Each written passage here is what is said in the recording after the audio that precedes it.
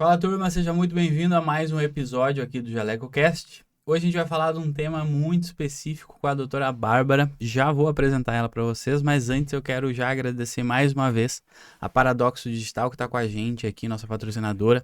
QR Code na tela, escaneia, tu que é profissional da saúde, quer melhorar os teus anúncios, quer melhorar o teu tráfego pago, enfim, quer ser visto ainda mais pelos pacientes. Entre em contato, fala lá com o Fabiano, que tu ia aqui no JalecoCast. Ele consegue te ajudar e te mostrar como fazer isso de forma extremamente eficiente e profissional. Mas vamos lá. Doutora Bárbara, antes de mais nada, quero te dar uma boa noite aqui e principalmente te agradecer por topar participar com a gente. Obrigada. Por gentileza, antes de mais nada, qual que é o teu Instagram? Meu Instagram é barbaramoller.plástica. Show. Doutora, muito prazer e eu quero que tu nos conte brevemente com o que tu trabalha, tu é profissional de quê? Me conta um pouquinho. Tá, então eu sou cirurgiã plástica, trabalho com cirurgia estética, principalmente, né? Comecei mais voltada ali para a área corporal, então lipoaspiração, cirurgia de contorno, mama, mas nos últimos anos eu venho vindo pro lipedema, então é a área que eu tô aprofundando mais e operando mais nessa área. E o que te levou a entrar para a área da plástica? E por que veio essa vontade? Ou melhor, por que tu entrou na medicina? Na medicina, eu nunca soube responder exatamente o porquê, mas desde criança eu gostava, assim, nunca foi uma coisa que me assustou. A gente até deu uma comentada antes que eu era uma criança feliz indo pro posto tomar vacina, por incrível que pareça. Uma raríssima exceção. E eu gostava, assim, quando alguém se machucava ou quando tinha um corte, uma coisa, nunca me assustei, sempre fui interessada, queria ver o que tinha acontecido. Tem algum familiar teu, assim, da saúde? Não tem ninguém, nada em nenhuma área da saúde. E fiquei entre umas opções bem diversas, assim, tipo engenharia química, economia e medicina. Nada a ver uma com a outra. Fui pra medicina e me encontrei, de fato, assim. E a gente tava conversando antes, né? Tu é do Rio Grande do Sul, tu te formou lá, tu fez lá, tu veio pra cá? Como é que foi essa eu vim história? pra cá adolescente ainda, com meus pais, me formei aqui em Florianópolis. Teus pais vieram morar aqui? Meus pais vieram morar aqui, eu vim com eles. Me formei em Florianópolis, daí eu fui para Joinville fazer faculdade, fui para Criciúma fazer residência de cirurgia geral, fiz a especialização de plástica em São Paulo e voltei para cá em 2020. E tu chegou a atuar antes de ir pra plástica? Chegou a atuar como geral? Eu fiquei um ano entre a faculdade e entrar na cirurgia geral, então como médica, clínica, plantonista. E depois, na cirurgia geral, eu fiquei um ano também entre a geral e a plástica, trabalhando como cirurgia geral. E daí eu entrei na plástica. E o que te levou para esse caminho de plástica? Eu tive um professor muito bom, muito querido na faculdade, que eu acho que foi quem me puxou mais, assim. E na época ele fazia muita cirurgia reparadora, ele mexia com fissurados. E eu acho que essa ideia de reparar, assim, e as feridas, tratei muito câncer de pele também com ele nos ambulatórios, foi o que me levou, assim. Então, eu gostava muito das barrigadas, que a gente fala, que são as cirurgias gerais, mas eu sempre dava uma voltadinha para plástica. E daí, quando eu fiz um estágio na Santa Casa de Porto Alegre, durante a residência de cirurgia plástica, foi onde eu, de fato, defini que era o que eu queria. Então tu foi mais pelo caminho mesmo reparador e não tanto quanto estético, digamos assim? Fui inicialmente pelo reparador, no estágio ali optativo, na Santa Casa já pegou bastante a estética, porque daí convivi mais com isso e consegui ver de uma forma que, para quem é de fora, às vezes a plástica parece que a gente deixa a medicina de lado. Mas, sim, né, tipo entendi. assim, abandonou a medicina, tá só fazendo estética. Mas quando tu vive ali, tu consegue ver uma transformação nas pacientes que talvez para outras pessoas seja difícil de ver. Mas a gente vê o quanto isso muda a vida delas. Apesar de ser uma estética, às vezes resgata muito mais nelas do que só o resultado estético, né? Tu diria que um bom cirurgião plástico, ele é um bom, entre aspas, né? Psicólogo? Tem uma parte grande junta, eu acho. Porque vai muito nisso, né, que tu comentou, assim, Vai. muitas vezes a pessoa chega ali com um desejo estético, mas na verdade tem várias outras coisas. Na verdade, o resultado estético é uma das camadas, né? Mas geralmente elas estão ali para resgatar ou a mulher que elas eram antes da gestação, né? E resgatar não só o corpo, mas resgatar como elas se sentiam antes. Porque às vezes elas se perdem um pouco nesse caminho, ficam só com a versão mãe e perdem a versão mulher que elas tinham. Ou às vezes resgatar a mulher que elas eram antes de uma perda de peso importante, né? Antes de ter ganhado e perdido esse peso. Às vezes depois de alguma lesão que elas tiveram, porque a gente tem a plástica reconstrutiva também. Então, eu acho que tá muito ligado, assim, a um resgatar a imagem que elas tinham delas mesmas, resgatar uma autoestima, e isso se reflete em várias outras coisas, né? E a gente é um meio para isso. Entendi. E hoje tu, né, comentou que tu atende muito a parte de lipedema e tudo. Quais outros segmentos? Da plástica, quais outros tipos de plástica? Tipos de plásticas que hoje que tu atua? Eu faço bastante parte de contorno corporal, então lipoaspiração, né? E cirurgias mamárias, acho que é o que eu mais faço, assim. E faço ainda parte de cosmiatria também, então toxina botulínica, preenchimento, procedimentos não invasivos, assim, de face eu faço também. Entendi. Eu vi lá no teu Instagram, me corrija se eu estiver errado, tu faz a lipoaspiração e também Mila? Sim. É Mila que se fala? É Mila. É Mila que se fala. A Mila é uma... A gente tem... Vou comparar porque fica mais fácil. Tá. A gente tem a abdominoplastia clássica, onde a gente vai tratar ali excesso de pele no abdômen, corrige a diástase também, porque geralmente ou pós-gravidez ou perdeu muito peso, os músculos do reto do abdômen, que são os aqui da frente, se afastam. Então, a gente corrige essa diástase e tira o excesso de pele. Só que hoje em dia... Na abdominoplastia tradicional. E a gente acaba ficando com uma cicatriz grande ali na parte inferior do abdômen, né? Que eu falo que é sempre uma troca. Tu tá tirando uma coisa que te incomoda e tu vai ganhar uma cicatriz no lugar. Só que hoje tem muita mulher que teve filho, ou vai ser mais comum quem teve filho, porque quem ganhou e perdeu muito peso vai ter excesso de pele. Mas muitas mães que não ganharam tanto peso assim e ficaram com a diástase, mas não tem pele sobrando. E daí, para essas mulheres, antigamente, a gente só tinha a opção de botar o mesmo corte de uma abdominoplastia para corrigir a diástase. Porque a diástase faz com que a mulher fique sempre com o abdômen meio abaulado, assim, o famoso pariu, mas continua grávida, sempre com aquela barriguinha para frente, né?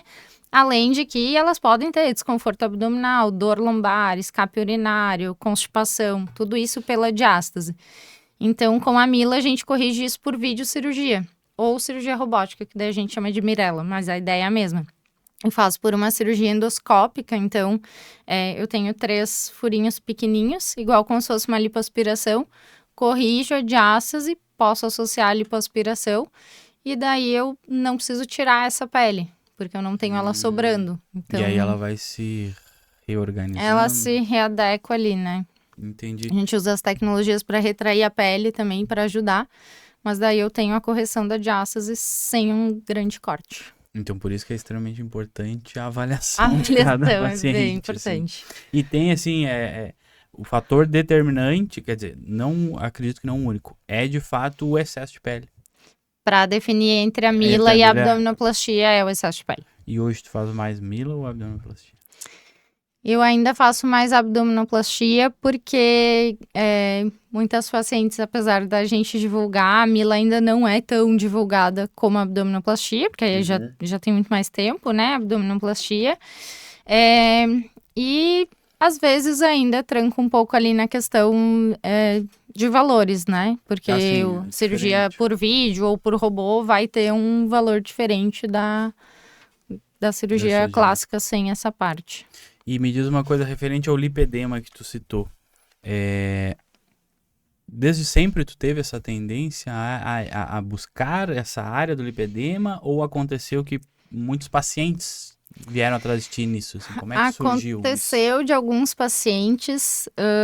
Eu já fazia, eu faço, né, ainda, mas eu já fazia cirurgia plástica funcional, que a gente chama, que é de forma básica, assim, uma medicina de fato. Então, talvez alguns chamem de integrativa ou nessa forma, mais voltada para a cirurgia. Essa seria a ideia básica da plástica funcional, que é uma abordagem bem mais completa do paciente. Então, a minha lista de exames é bem maior, o meu preparo pré-operatório é muito maior.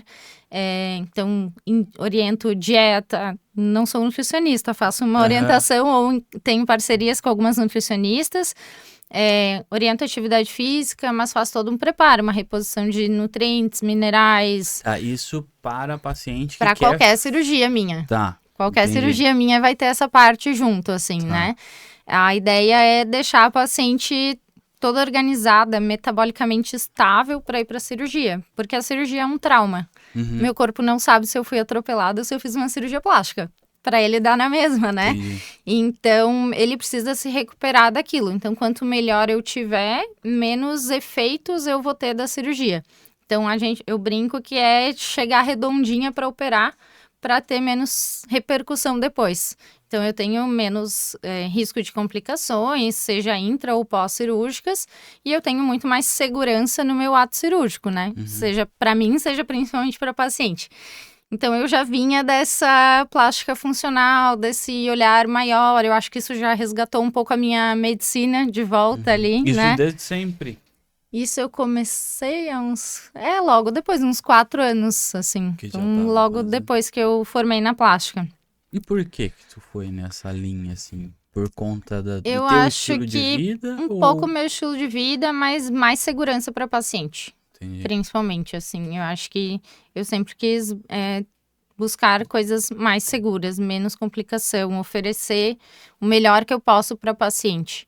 E eu acho que a gente, na medicina como um todo, hoje em dia a gente está voltando, mas a gente foi ficando muito focado. Então, assim, eu só olho o estômago, eu só olho o fígado, eu só olho a cabeça, eu só olho o braço, né? Tipo assim, eu só olho a pele, eu só olho a mama. E a gente foi perdendo um pouco esse olhar que não é só uma mama, ou não é só uma barriga que eu tô tratando, eu tô tratando toda uma paciente, né? E resgatar isso fez muito sentido para mim, assim. Buscar ver a paciente como um todo. Então, eu já vinha dessa linha melhor, ou olhando a paciente como um todo. E daí, teve uma paciente que veio para mim com lipedema. E ela tinha um lipedema bem grande. E ela me buscou, e ela já tinha feito um tratamento clínico, ia fazer o cirúrgico, desistiu. E eu já sabia o que era lipedema, já tinha noção, já tinha operado algumas pacientes, mas nunca tinha operado um lipedema tão grande. E eu fui muito sincera com ela, e eu falei, não, mas então deixa pra mim que eu vou estudar e nós vamos te tratar, e nós vamos resolver. E acho que ali foi o meu caminho no lipedema. Então, estudei muito, discuti muito o caso dela com colegas, busquei muitas referências e ali eu fui me apaixonando porque foi juntando tudo pra mim, né? Juntou o tratar o paciente como um todo, juntou o estilo de vida, que é uma coisa que pra mim é muito do meu dia a dia.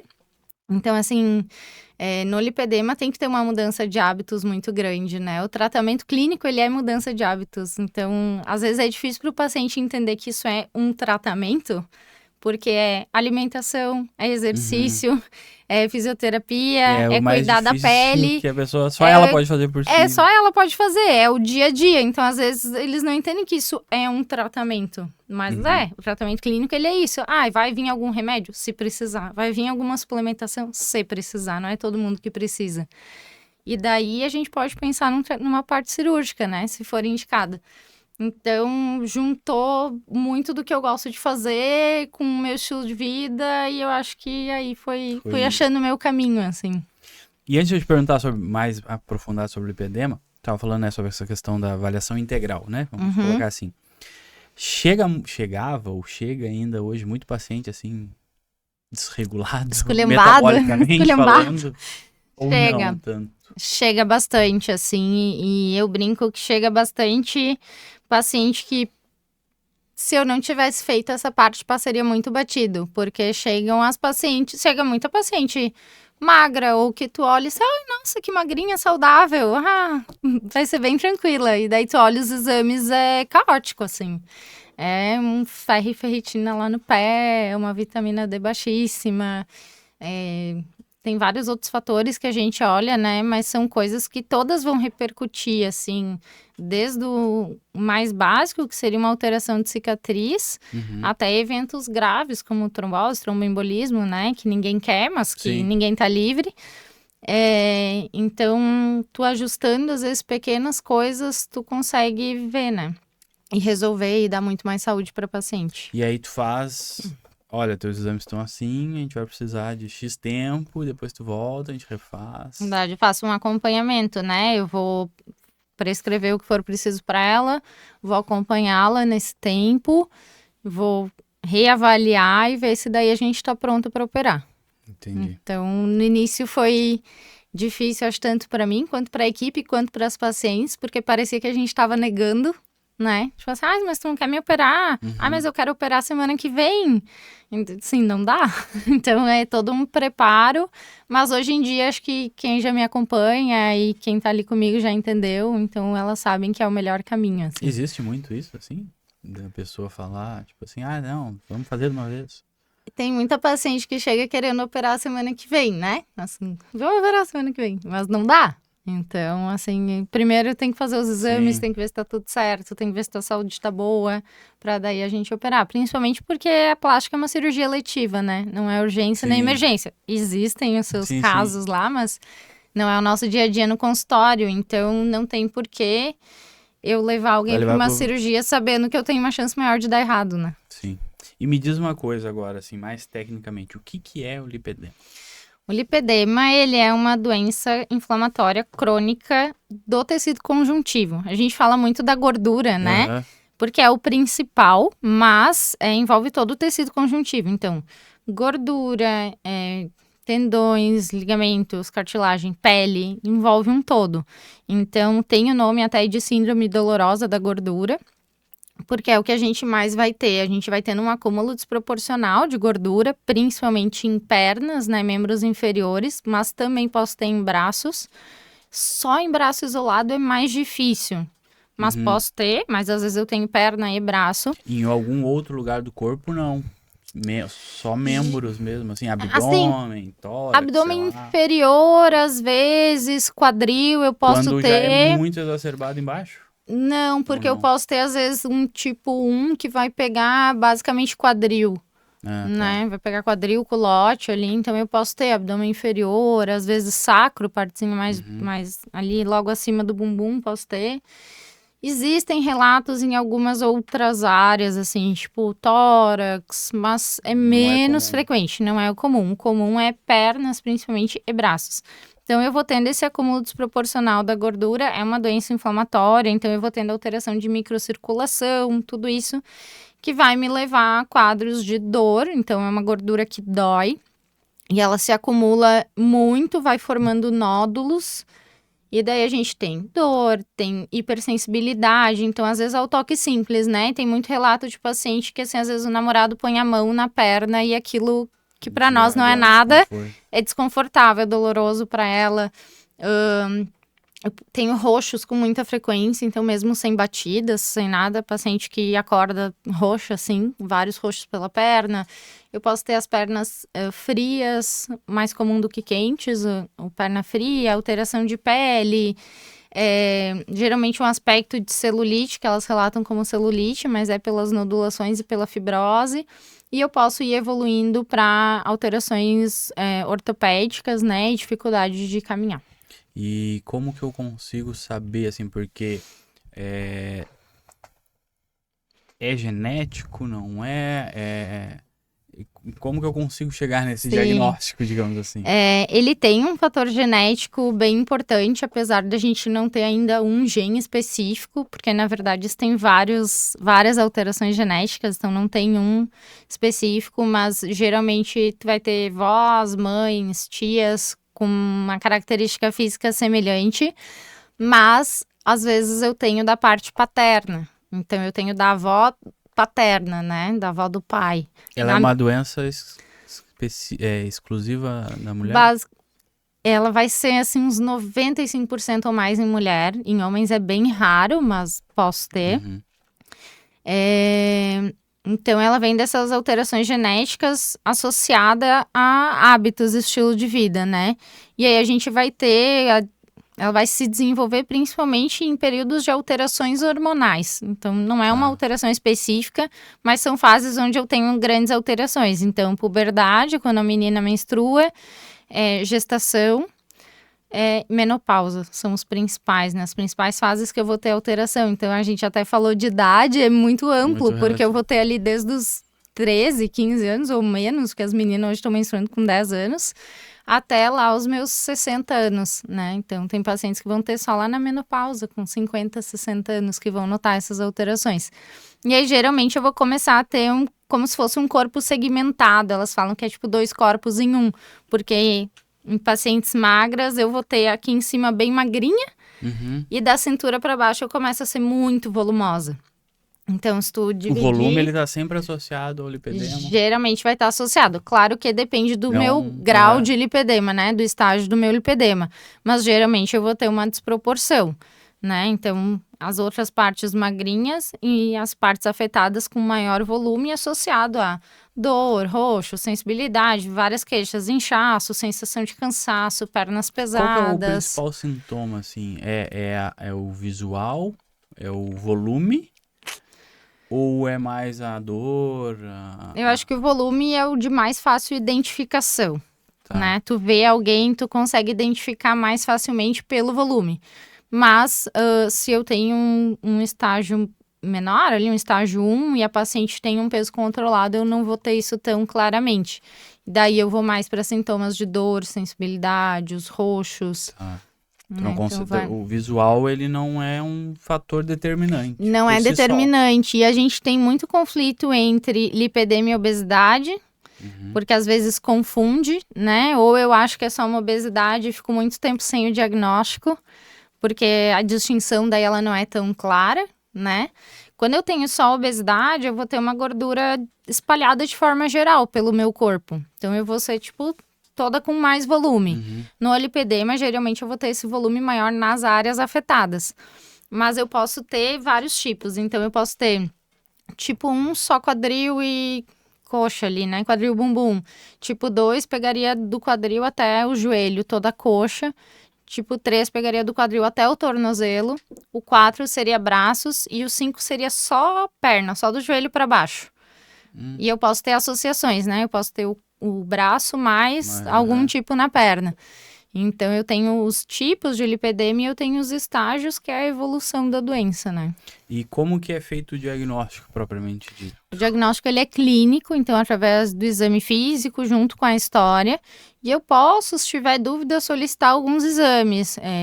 Bioimpedância, ressonância magnética e o DEXA, que é uma avaliação mais completa de composição corporal. E aí tem algumas medidas que ele vai te dar e a gente faz algumas relações e consegue... Ele não é um diagnóstico certeiro, mas eu conseguiria ter mais certeza. É cápsula, né? Que entra dentro, faz uma... Tipo uma bioimpedância, não é? Ele é um tipo de bioimpedância, sim. E daí ele consegue ver a composição certinha, consegue ver medidas, circunferências, então tu vê as relações entre elas e consegue descartar, se não for, né? Ou quando tem uma relação ali maior que tanto, a gente vai mais pro lado de confirmar a doença. E qual que é a ligação que tem... Desculpa a minha ignorância, tá? Mas qual que é a ligação que tem dessa patologia um tanto quanto clínica com a cirurgia plástica? A maior parte do tratamento dela vai ser clínico, né? Então, vão ser os hábitos da paciente, até porque a gente tá falando de uma doença crônica e o ideal é que ela mantenha essa mudança de hábitos pra vida. Então, eu falo que, assim, não é uma dietinha que tu vai fazer, tu vai levar a tua vida, assim, daqui pra frente. E, claro que ninguém vai ser 100% daquilo ali o tempo inteiro. Eu sempre falo isso pra elas, né? Não tem como. Porque a gente tem uma vida acontecendo, uma vida social, a gente tem várias coisas, então vai dar tuas escapadas ali e tá tudo bem. Mas, em pacientes com estágios avançados, 3 e 4... a gente tem indicação de tratamento cirúrgico para melhora de funcionalidade e mobilidade dessas pacientes, porque elas geralmente vão começar a ter alterações de mobilidade, dificuldade de mobilidade pelo volume muito grande, e às vezes elas fazem nódulos muito grandes, então fazem umas bolas, assim, de deformidades, né, da gordura. Então, a gente tem indicação cirúrgica nesses casos para controle da doença, de fato, e melhora da qualidade de vida. E nos casos mais leves, a gente vai ter indicação cirúrgica quando fez o resultado clínico, fez o tratamento clínico e achou que não melhorou tudo o que queria ou, de fato, quer melhorar esteticamente essa perna. Então, daí a gente também tem indicação cirúrgica. E tu acaba fazendo, não, mas por exemplo assim, tu comentou, né? A paciente ela pode ser na parte superior magra e para baixo ter o volume. Por exemplo, sei lá, ela pesa 70 quilos, né? Grau 2, 3. Ela emagrecendo, ela vai perder o peso, óbvio que no corpo inteiro, mas vai ser mais intensificado naquela região? Não tem nada a ver? Não, é menos intenso. Então, geralmente, essa gordura, ela é uma gordura, a gente fala que resistente à perda de peso. Tá. Seja emagrecimento com auxílio de medicação, né? As famosas as canetas. As canetas aí da moda, ou até com bariátrica. Então, a gente tem pacientes que fizeram cirurgia, tinham obesidade, fizeram a cirurgia bariátrica, perderam muito peso, mas o volume das pernas não sai. Então, assim, não é que não vai ajudar, vai ajudar. Sempre vai ter uma melhora, né? Até porque, independente da forma que for a gente perdendo peso, a gente desinflama. Então, já ajuda muito no controle da doença. Mas eu não vou tratar toda a doença com isso, porque senão seria fácil não, porque emagrecer nunca é fácil. Mas assim, seria uma forma simplista de eu tratar a doença. É só perder peso e tá resolvido. Mas não, porque a doença, além disso, ela é crônica, né? Tem muita gente que se confunde no popularzão, assim, né? Tipo, a pessoa é mais gorda, né? Sim. Tem o quadril largo, tem as pernas e gordas. Isso é uma assim. coisa que elas têm uma carga emocional muito grande, assim. Muitas passaram muito tempo da vida delas sem saber o que elas tinham, né? Então, até alguém dar o diagnóstico de lipedema ou elas começarem a ir atrás de informações e acho que eu tenho lipedema. Elas sofrem muito, então elas começam a ter muita vergonha do corpo, elas não usam mais nada que mostre as pernas, bermuda, saia, elas têm dificuldade de encontrar, às vezes, sapatos tipo bota, principalmente, porque já pega ali panturrilha, né, então elas não conseguem. E elas são muito julgadas, essas pacientes, porque a maioria das pessoas acham que elas não fazem nada. Muito semelhante à obesidade, né? As pessoas sempre acham que estão ali porque querem ou porque não fazem nada. Então, elas entram nesse julgamento de... tá assim porque não faz nada, não cuida da saúde, não cuida da alimentação. Essa minha primeira paciente, que foi bem marcante, ela vivia com as marmitinhas dela. Ela fazia atividade física mais de 6 vezes na semana. Ela é fisioterapeuta, ela fazia atividade física, ela era toda certinha, mas ela não conseguia, ela tinha uma obesidade associada ao lipedema, e acontece que vai virando um ciclo, porque essa gordura é mais difícil de perder, e aí se eu me descuido um pouco eu ganho peso fácil, e aí eu vou entrando num ciclo vicioso, né? Porque eu vou ficando mais inflamada, daí eu ganho peso e eu vou indo. Então, às vezes, por mais que elas façam a parte delas, elas não conseguem reduzir todo esse volume.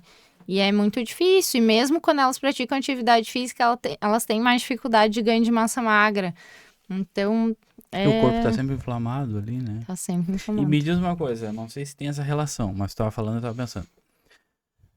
A obesidade pode estar associada ao lipedema ou o lipedema pode estar associado à obesidade? Os dois. Na verdade, a gente tem mais de metade das pacientes, em torno de 60%, 70% das pacientes com lipedema tem um sobrepeso e obesidade associado. É difícil saber o que veio primeiro, né? Mas é porque entra nesse ciclo.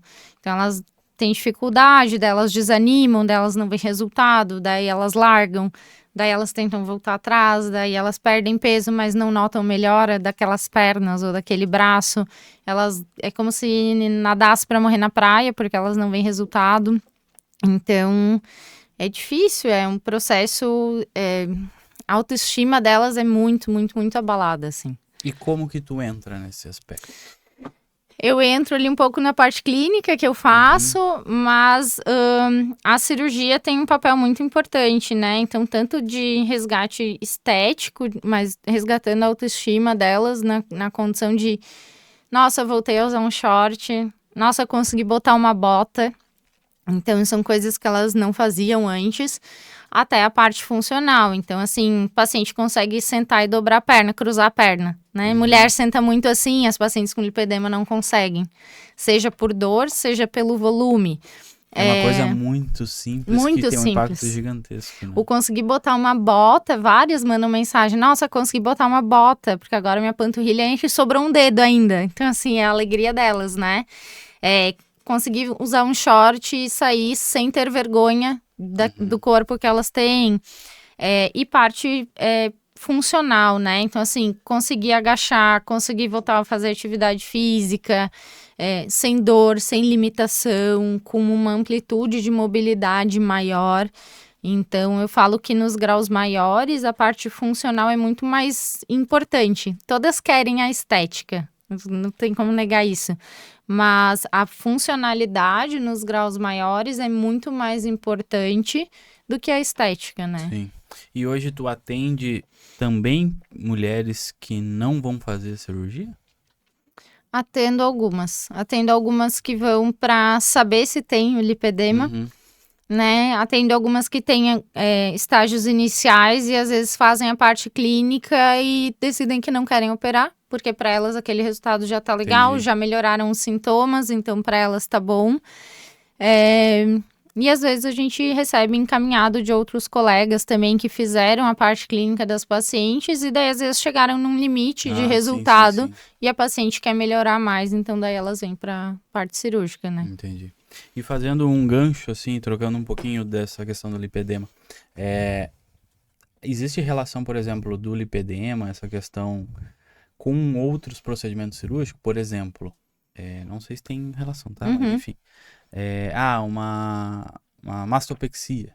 Essa questão de lipedema interfere nessa questão de pele, não? Aí vai mais associado a questões que já foram gestantes? Em outras áreas do corpo não vai interferir, mas nas áreas que tem lipedema interfere porque a pele também é afetada. Então elas têm bem mais flacidez, né?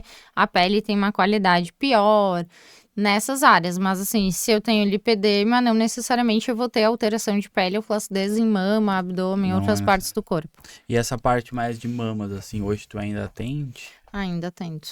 Ainda é uma das maiores procuras, assim, digamos, ou já foi um tanto tempo da plástica na mama? Eu acho que ainda é uma grande procura, mas eu vejo uma mudança de cenário dentro da mama, assim. Então, a gente já teve, há uns anos atrás, uma procura muito maior por prótese de mama.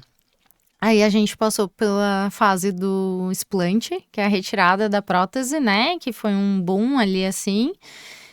E hoje em dia eu vejo muita procura por cirurgia sem prótese. Então, seja uma mastopexia isolada, seja uma mama redutora, né? Poucos, porque eu acho que ainda não tem... eu falo sobre isso, mas é difícil a paciente vir geralmente procurando isso, que seria o aumento da mama com gordura, que é uma opção. Tem. Dá pra gente fazer. Mas a procura por prótese deu uma boa diminuída, assim. E tu acha que é muito da moda? Eu acho que moda influencia bastante, então a gente vem vendo aí, né, atrizes, pessoas famosas, muita gente assim com mamas pequenas, então eu acho que influencia muito, principalmente da geração mais nova ali. E eu acho que toda uma questão cultural, então a gente vê as meninas mais novas hoje com uma aceitação maior, eu acho, em relação ao corpo delas, então elas têm pouca mama, mas tá tudo bem pra elas e tá tudo bem, mas elas não têm tanto esse desejo de querer aumentar. Eu vejo uma procura bem menor. Agora, quando a gente tava vindo pra cá, que a gente mora lá no norte da ilha, demora, assim, tava no celular olhando uma pesquisa que fizeram com a geração mais nova e tal, ali seus 16 a 19 anos, se não me engano, Que mais de 70% prefere ficar em casa do que ir pra balada. Que mais de 70% muita mudança de padrão, né? Nunca quer... Fala que nunca vai comprar um carro, prefere andar de Uber. Questão de bebida alcoólica, carro, balada, acho que muda muito, assim. Então, hoje em dia, eles têm uma preocupação muito maior com saúde, do meu ponto, assim, de vista. Então, seja saúde física e mental, eu acho que estão... Que bom, né? Que bom, estão bem melhor nisso aí do que as outras gerações. Então, eles, de fato, acho que eles se aceitam mais, eles sei lá, não se importam tanto com a opinião dos outros, e pra eles tá tudo certo. Mas eu acho bom, assim. É melhor ter mais aceitação, né? Acho que cada um é livre pra mudar. Eu sempre falo que eu tô ali pra ajudar no que tá te incomodando, eu te ajudo. Sim. Mas eu acho que sempre tem que ser uma coisa que a pessoa quer. Não porque os outros falam, não porque o outro quer, não porque o outro diz que, né? Excelente. Doutora, vamos pro nosso primeiro quadro, tá? Vamos lá. Mito ou verdade? Vou te trazer algumas afirmações aqui e eu quero que tu me diga se é mito ou verdade. Tá. Algumas a gente já conversou, tá? Mas, o diagnóstico de lipedema pode ser feito com base apenas na aparência das pernas. Não, é um mito, né? Porque se eu estiver vendo só as pernas e for uma pessoa obesa, eu poderia confundir com lipedema sem de fato ter. Então eu tenho que ter a clínica, mas o toque é bem importante. E toda pessoa com lipedema tem dor nas pernas? Ou não, necessariamente? Não necessariamente. Graus iniciais, assim, eu poderia não ter. Mas geralmente é um dos fatores mais relevantes, assim, né? Tá. A cirurgia plástica das mamas devem ser adiadas até após a amamentação? Mito, eu posso fazer antes de amamentar. O que eu geralmente falo? Se teu plano de ser mãe é em até 2 anos, espera. Né? Porque vai ter mudança. Agora, tipo assim, sei lá, tô com 20 anos, penso em ser mãe lá com 30, 35, pô, eu não vou esperar 15 anos pra mexer na minha mama, né? Mas depois, se eu já tive o neném, eu tenho que esperar o término da amamentação. Eu tenho que esperar pelo menos 6 meses depois de parar de amamentar. E a função, nem tá aqui, mas a função, por exemplo, da mama que tem prótese, né? Como é que funciona no pós-amamentação? Tá. Tem que modificar? Não tem? Como é que funciona? Se eu, antes de indicar se vai alterar isso, se eu botar a prótese, se vai alterar? Isso. Tá. Se eu botar só a prótese, eu não vou modificar nada de estrutura mamária, porque eu vou botar ou só embaixo da glândula ou embaixo do músculo, mas eu não vou mexer na estrutura da mama. Agora, se eu fizer uma mamoplastia, seja uma mastopexia, uma redutora, alguma dessas outras cirurgias, eu tenho cortes, né, internamente ali na mama. Então, eu posso ter uma alteração. Eu não tenho como dar certeza, porque tem pacientes que operam e amamentam, tem pacientes que não operam e não amamentam. Então, eu não tenho como dar uma certeza, mas sim, eu tenho a chance de ter uma alteração, porque eu vou mexer em estrutura, eu vou mexer nas glândulas da mama. E depois enfim, a pessoa já tem a prótese, já faz, sei lá, 10 anos, teve um filho. O pós, né, depois que o filho já cresceu e tudo mais, ela necessariamente precisa mexer? Não é Não determinante. necessariamente, né? Eu nunca sei quantas vezes ela vai engravidar, se vai ser 1 ou se vão ser trigêmeos, quanto peso ela vai ganhar, por quanto tempo ela vai amamentar. Então, isso influencia por questão de extensão, aumento de volume mamário, né? Então, se eu ganhar muito peso, provavelmente eu fique com uma flacidez. Minha chance de ter uma flacidez no pós é maior. Mas se eu ganhar um peso ok e a minha mama voltar, pode ser que eu não precise mudar nada. Entendi. A próxima pergunta também é sobre mamas. A mamoplastia redutora pode melhorar a dor nas costas e postura, além do resultado estético? Pode. Eu nunca tenho como garantir para uma paciente que eu vou curar a dor nas costas dela. Tá. Né? Não é minha função mexendo na mama, mas normalmente pela retirada do peso, do volume, o peso que vai ficar tanto da mama quanto do sutiã ou do top que sustenta essa mama vai ser muito menor, então a tendência é que pelo menos eu diminua esses sintomas. Entendi. A lipoaspiração tradicional é o principal tratamento para o lipedema? Sim, a lipoaspiração é o principal tratamento, mas a gente faz uma lipoaspiração cuidando muito da parte linfática, né? A gente tem os vasos e a gente tem os vasos linfáticos, né? Que são que levam a linfa ali, que é o que vai se juntar nas famosas ínguas, quando a gente tem, que são os linfonodos. E eles drenam, fazem uma parte importante de drenagem. Por isso que a gente faz drenagem linfática e diminui o inchaço. Então, eu tenho que cuidar muito para não lesionar esses vasos linfáticos nas pernas. A gente tem bastante. E aí eu posso associar hoje em dia algumas tecnologias, né? Dependendo da área que eu tô operando, seja para soltar mais essa gordura e facilitar a minha lipoaspiração, diminuir sangramento, ou para retrair pele também. E tu comentou da drenagem, ela é um complemento no tratamento da lipedema, não? Sim, a gente fala hoje em dia não só em drenagem, hoje em dia a gente fala em fisioterapia. Então, as fisioterapeutas têm uma gama enorme de medidas ou terapias que elas podem aplicar, que vai desde manipulação tecidual, drenagem linfática, terapia de choque. Não é dar choque na pessoa, é um aparelho que vai, tipo, batendinho, assim, e vai estimulando a drenagem também, enfaixamento, meia elástica, escovação a seco, tem várias manobras que elas fazem, que fazem parte do tratamento, tanto pré quanto pós-operatório.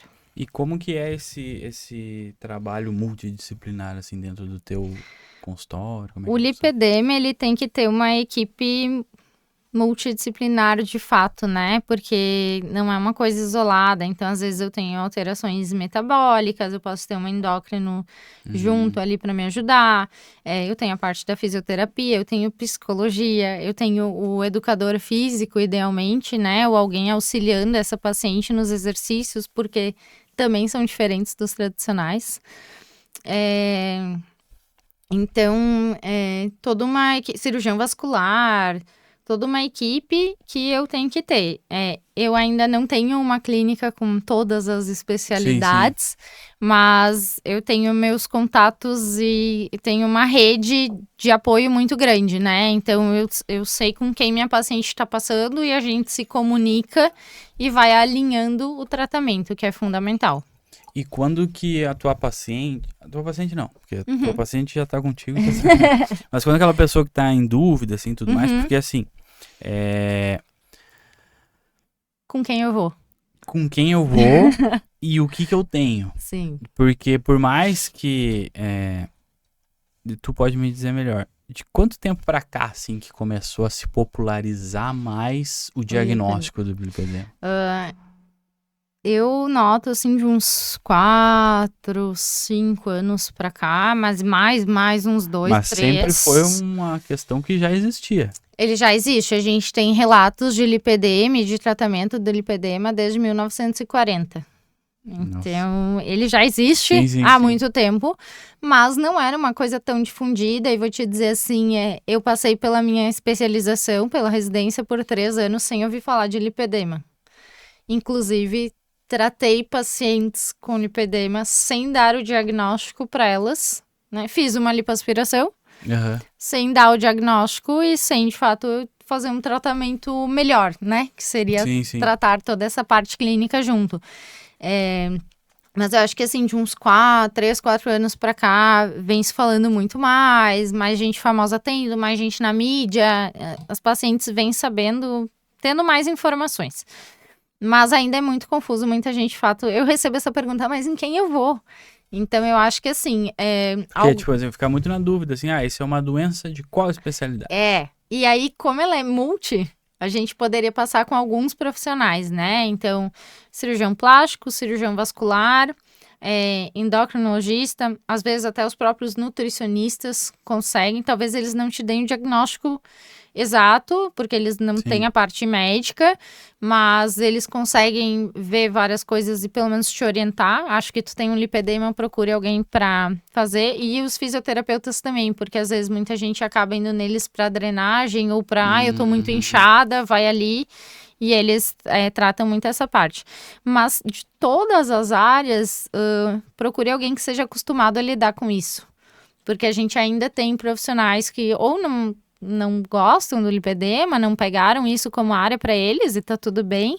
Ou às vezes, de fato, ainda não tem tanta informação sobre isso E recebo, às vezes, pacientes que passaram com alguns outros especialistas, sejam plásticos ou de outras áreas, e não souberam dizer se tinha ou não. Então, assim, essas áreas todas a gente pode passar para ver o diagnóstico, iniciar o tratamento, mas procure alguém que seja mais acostumado a falar com isso. E tu trouxe vários exemplos, né, de vários profissionais, assim. Agora falando um pouquinho sobre mercado. Uhum. Tu acredita que por essa questão do lipedema ser recente, né, em comparação ao tanto tempo que já tem relatos, é uma área de atuação promissora? Vamos colocar esse termo assim.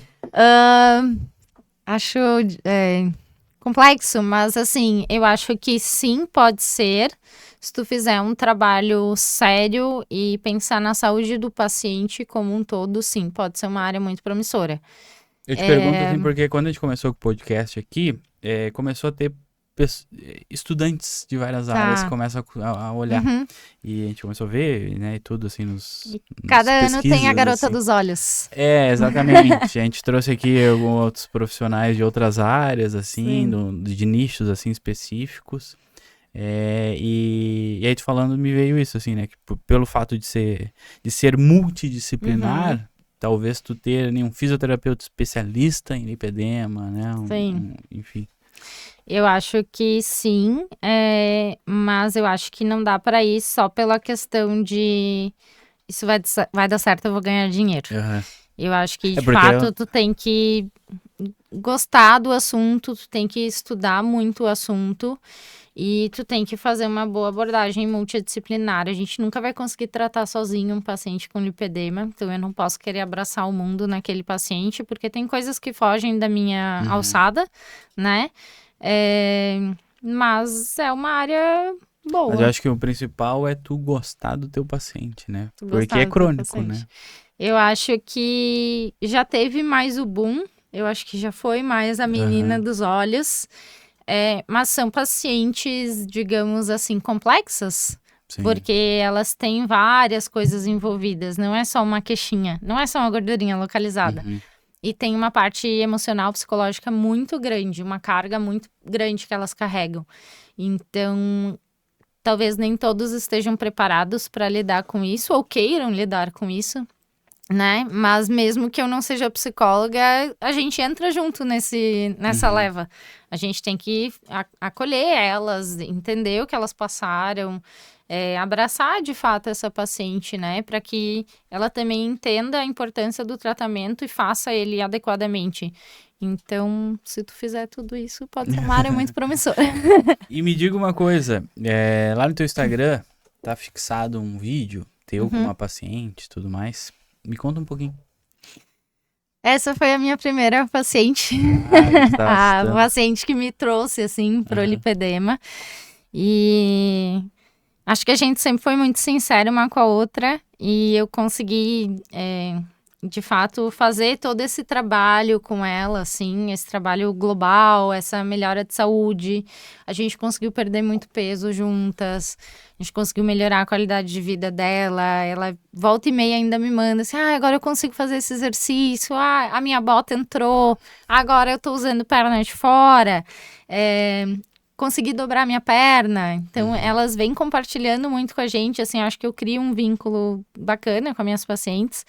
E acho que o caso dela sempre vai me marcar, assim. Acho que ele foi o principal e, de fato, foi a partir dela que eu comecei a olhar mais pro lipedema. Que legal. E quem, por favor, entra lá no Instagram da doutora e assista o vídeo, que é bem emocionante. É assim, bem emocionante. Se emociona e tudo. Doutora Bárbara, se tu não fosse profissional de saúde, o que seria?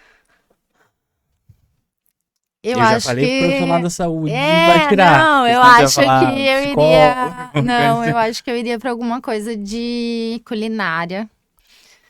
Que eu gosto, assim, eu cozinho bastante no meu tempo livre, então acho que eu iria para isso. Talvez hoje em dia uma coisa mais funcional ali, né? Saudável, mas acho que seria isso. Se não, talvez uma nutrição ou educação física. Eu acho que vai muito com o meu estilo de vida, assim, é o que eu gosto. E eu vejo essas áreas mudando muito a vida das pessoas, então... Tu sempre teve um estilo de vida, assim, mais saudável?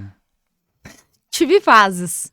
Eu acho que até a minha adolescência ali, eu fui uma criança gordinha, tive muito efeito sanfona, criança, adolescente, tudo, e eu tinha uma alimentação extremamente ruim até os meus 24 anos, até eu me formar na faculdade. Mas muito, muito ruim.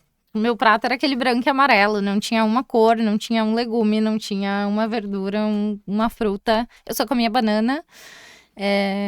Arroz, batata frita. Era isso, assim.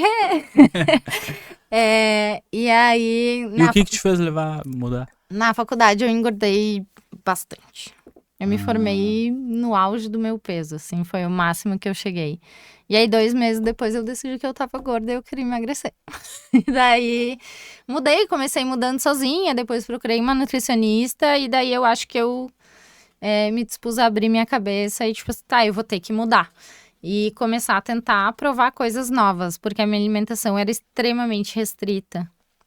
Então, fui mudando no início sem gostar, mas tipo, isso vai ser bom pra mim, eu vou ter que comer. E fui indo, e foi evoluindo ao longo dos anos, fui mudando, e hoje em dia é engraçado, assim, porque se eu fico 2, 3 dias sem salada ou legumes, eu começo a ficar irritada. Tipo, seria a pessoa sem doce, eu virei essa pessoa louca, porque eu olhava as pessoas e dizia... Meu Deus, que vontade de uma beterraba! Por que alguém pede salada num restaurante? Que desperdício, sabe? Eu era essa pessoa, eu julgava os outros, e eu virei a pessoa que tá sendo julgada.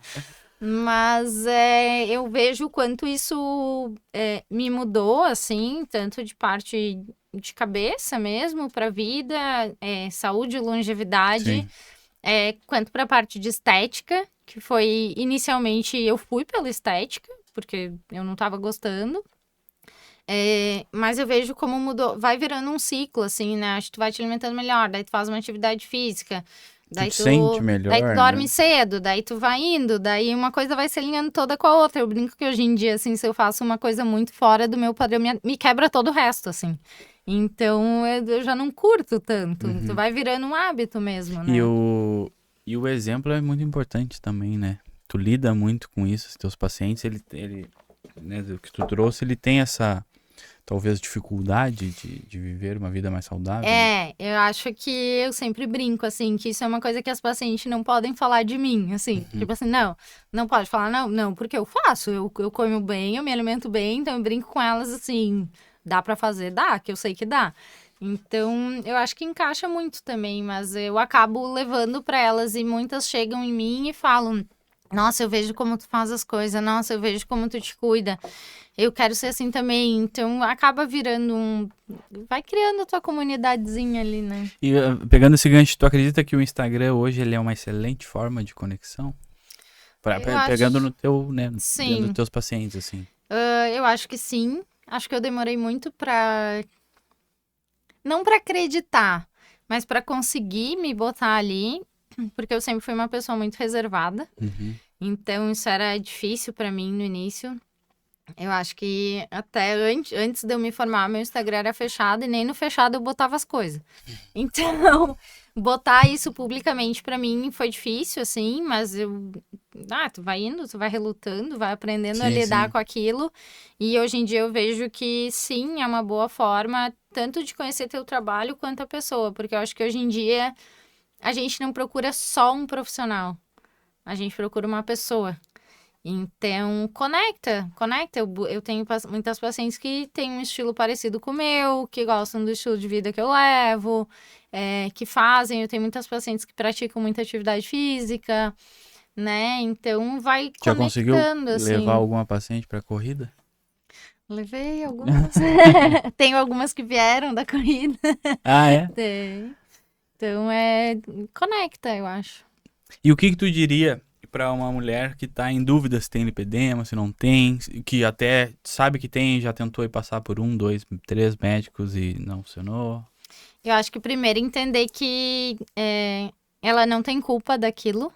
Então, primeiro tirar a culpa é minha, eu não consigo melhorar.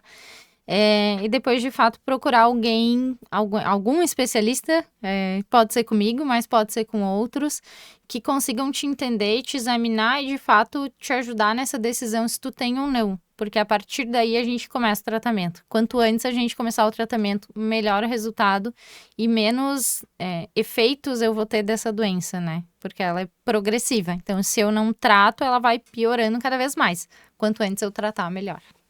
E qual que é a piora do lipedema, assim? A gente vai evoluindo nos estágios, né? Então, eu tenho ali no estágio 1, seria mais ou menos uma pele lisinha, normal, mas se eu palpar, por isso que a gente fala do toque, mas não é só da dor, a gente sente os nódulos de gordura. Então, é uma pele basicamente lisa, mas eu sinto que tem algumas nodulações ali. No estágio 2, eu já vou ter visualmente essas nodulações e é como se eu tivesse muita celulite, né? Eu acho que muitas procuram porque, eu tenho muita celulite, e é confundido também com lipedema. Então, eu tenho essas nodulações. No grau 3, eu vou ter nódulos, de fato, maiores de gordura, podendo gerar até deformidades, né? Então, às vezes, eu tenho muito, assim, joelho, uma bolota de gordura, culote e algumas outras áreas, às vezes, embaixo do joelho também é bem frequente. E no grau 4, eu já vou ter todas essas alterações, mas eu vou ter uma alteração do sistema linfático. Então, eu já evolui para um linfedema, que é um inchaço crônico. A gente vê muito linfedema, hoje em dia não tanto, mas o clássico seria paciente que operou mama, câncer de mama e ficou com o braço inchado. Isso é um linfedema.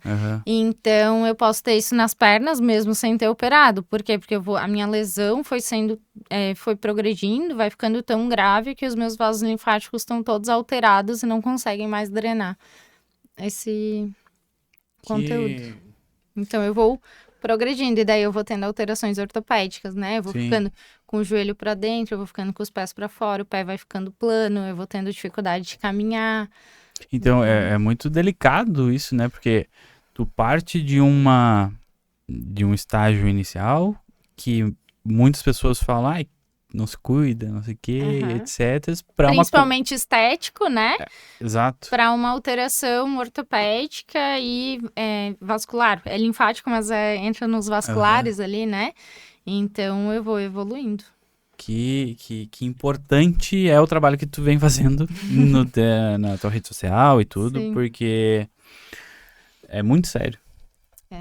É muito sério, assim. Eu vejo, né, a gente tava conversando, né, e tal, eu vejo muito... eu, Gabriel, tá? Gabriel, a minha opinião, eu acho que a grande maioria, pelo menos da fatia da população que eu vejo com essa questão, né, com esse problema, não dá a devida importância. Sim. Eu acho que as pessoas minimizam o que isso pode acarretar, digamos assim, né? Porque no começo é mais estético do que... E aí eu acho que a gente tem 2 grandes grupos, assim. As pessoas que já têm o lipedema muito avançado, que é fácil tu olhar e dizer que tem. E as pessoas que têm ele num grau inicial e principalmente aquelas que estão dentro do peso, são magrinhas e às vezes é um acúmulo de gordura, às vezes pequeno, mas com muito sintoma. Então, é a paciente que todo mundo olha e fala, tu não tem nada, mas ela tem dor, ela tem sensibilidade, ela tem roxo o tempo inteiro, ela tá sempre com a perna cansada, ela não consegue malhar direito, né? E mesmo se ela faz atividade física, ela não vê resultado, porque aquela musculatura não tem o mesmo resultado do que uma pessoa sem lipedema. Então, ela se frustra. Então, tem esses 2 extremos, assim, que eu acho que seriam os mais perigosos. Alguém que já se perdeu um pouco, digamos assim, e chegou lá no extremo. E alguém que tá no início e às vezes ninguém acredita e não trata. E daí ela pode piorar. Entendi. Doutora, por gentileza, onde que a gente consegue te encontrar? Como é que é a tua rede social novamente? Onde tu atende? Por favor. Então, minha rede social, meu Instagram é barbaramoller.plástica. Eu atendo em Florianópolis, mas atendo online também. Então, às vezes, pacientes que estão em dúvida, querem saber se tem lipedema ou não, a consulta online é uma possibilidade, apesar da gente não ter o toque, mas é uma possibilidade. A gente tem vídeo, tem foto, tem a história principalmente, né? E na bio do meu perfil tem um link também com contatos, tudo que dá para fazer o agendamento. Show. Doutora, quero te agradecer mais uma vez, obrigado. Foi bem importante te ouvir aqui, ouvir todos esses relatos. De fato, é uma situação muito delicada, né? Como a gente vinha falando, assim, é bem sensível, digamos assim. Sensível. Eu agradeço, eu acho que a oportunidade sempre da gente levar mais informação. Eu acho que às vezes, assim, o lipedema, claro que eu quero tratar e eu gosto de operar, não vou ser hipócrita, mas não é todo mundo que eu vou operar. Mas eu acho que o principal é levar a informação, para que as pessoas saibam o que é a doença e o que fazer se elas acham que tem a doença, né? Então, procure alguém, faça uma avaliação e vamos começar a tratar isso logo. Show. Gente, muito obrigado pela participação de todo mundo. Obrigado aí mais um episódio aqui com a gente. Agradecer mais uma vez o Paradoxo Digital que tá com a gente aqui. QR Code na tela, fala com o Fabiano. Quero melhorar meus anúncios, tráfego pago, essas coisas online. Fala lá com ele que ele é nosso parceiro que tu viu aqui no JalecoCast. Doutora, mais uma vez obrigado. Obrigada. Bom retorno para casa e parabéns pelo teu trabalho. Fechou. Muito obrigado.